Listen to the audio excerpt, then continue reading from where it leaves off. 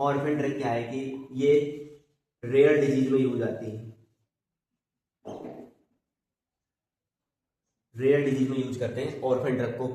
जैसे कि क्या है कि डायग्नोसिस, प्रिवेंशन, ट्रीटमेंट जो बहुत ही स्मॉल अमाउंट ऑफ पॉपुलेशन पर अफेक्ट करती है ऑर्फन ड्रग। क्योंकि रेयर डिजीज कौन कौन से हैं, जैसे कि क्या है कि ट्राइजेमिनल जो न्यूरोलॉजिकल डिसऑर्डर होते हैं, उसमें क्या होता है कि हमारे जो फेस पर, फेस की नब्स पर, उस पेशेंट को फेस की जो नब्स होती है, नसों पर एक पेन होता है, ये न्यूरोलॉजिकल डिसऑर्डर हो गए। तो ऐसे कुछ रेयर डिजीज होते हैं, कुछ जेनेटिक रेयर डिजीज हो गए, और ब्रीथिंग से रिलेटेड प्रॉब्लम हो गई, साइटोसिक डिसऑर्डर जो होते हैं। तो ऐसे कुछ रेयर डिजीज है, तो उनमें ऑर्फन ड्रग्स का यूज करते हैं। और ये ड्रग बहुत ही कम होती है, ऐसी ड्रग का यूज कम ही किया जाता है, क्योंकि रेयर डिजीज में यूज करेंगे। तो इसमें रेयर डिजीज की जो ड्रग्स का नाम है कुछ, जैसे कि सोडियम नाइट्रेट, सोडियम नाइट्रेट हो गया, रिफाबुटिन, जैसे कि एंटी टीबी में यूज करते हैं, एंटी टीबी, रिफाबुटिन हो गया, कैल्सिटोनिन,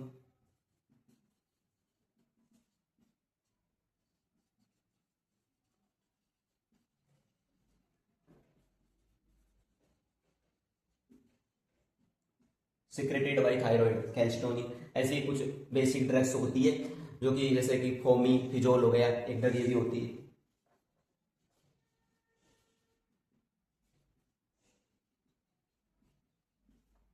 ऐसी कुछ कॉमन ड्रग्स होती है जो रेयर डिजीज में यूज करते हैं। तो होती है कि ये रेयर डिजीज में यूज नहीं करते, इसको तो ऑल पॉपुलेशन पर कर सकते हैं, ड्रग यूज कर सकते हैं। तो इसमें क्या हो गया, फर्स्ट है कि ये सिंगल कंपाउंड होती है, essential drug, single compound drugs होती है फर्स्ट।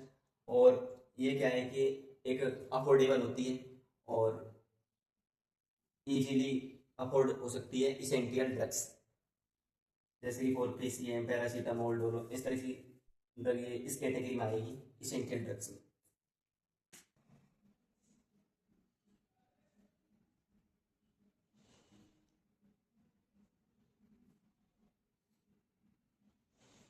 ये हमने मेडिसिन ली तो वो 20% तो यहाँ पे डिजोल्व हो गई, फिर वो लिवर में जाएगी तो 30% इधर डिजोल्व मेटाबोलाइज हो जाएगी। फिर जो हमारी सर्कुलम सिस्टम है, जो ब्लड वेसल्स है, उसमें जो मेडिसिन आएगी वो आएगी जैसे कि 50%, 50 यूनिट जो ड्रग आई है अनचेंज फॉर्म में, जो ब्लड तक जो ड्रग पहुंची है, वो होती है बायो अवेलेबिलिटी। ये 50% जो ड्रग आई है, ये 50 यूनिट, ये होती है बायो अवेलेबिलिटी। कि फार्माकोलॉजी में कोई भी ड्रग है, तो अगर वो ड्रग ब्लड तक कितनी मात्रा में, कितनी अमाउंट में ब्लड में होती है, उसे ही बायो अवेलेबिलिटी कहते हैं। ब्लड, ब्लड में क्या है, cell and plasma, cell and plasma. Plasma क्या है कि 45% होती है, 52% प्लाज्मा। सेल में क्या क्या होता है बताओ, आरबीसी, डब्ल्यूबीसी, प्लेटलेट 92%। बाकी इसमें क्या है कि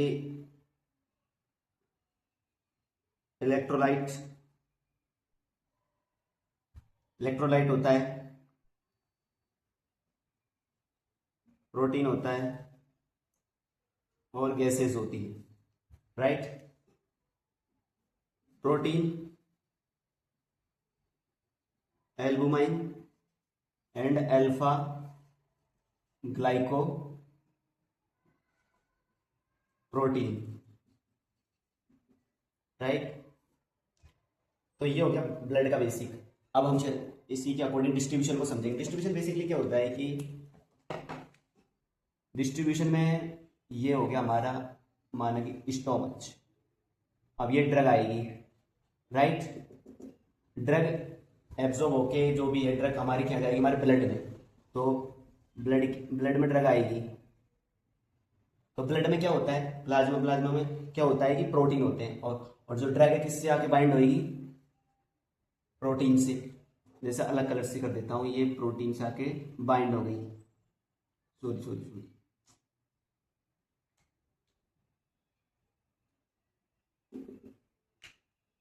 ये हमारी ड्रग्स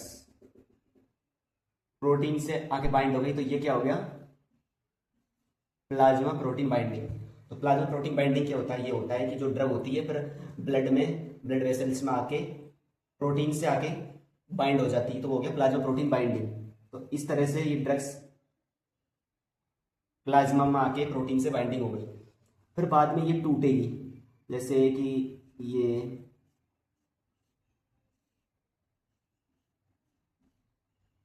ऐसे ही कुछ होता है हमारे नर्व्स, और जो बीच का स्पेस होता है वो होता है टिश्यू।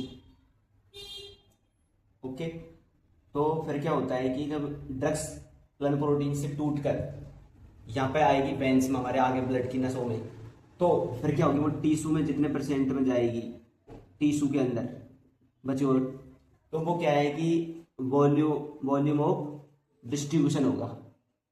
वो कितना है वॉल्यूम ऑफ डिस्ट्रीब्यूशन, ये होता है वॉल्यूम ऑफ डिस्ट्रीब्यूशन। तो समझ में आया आपको वॉल्यूम ऑफ डिस्ट्रीब्यूशन क्या होता है, तो ये थोड़ा सा बेसिक है। एक और कि एल्बुमाइन से वो ड्रग कनेक्ट होती है कि जो एसिडिक होती है, एसिडिक ड्रग एल्बुमाइन से कनेक्ट होती है, प्रोटीन में बाइंड होगी, और अल्फा ग्लाइकोप्रोटीन जो होता है उसमें क्या है कि बेसिक ड्रग आएगी, बेसिक ड्रग्स कनेक्ट होगी, बाइंड होगी, ये बेसिक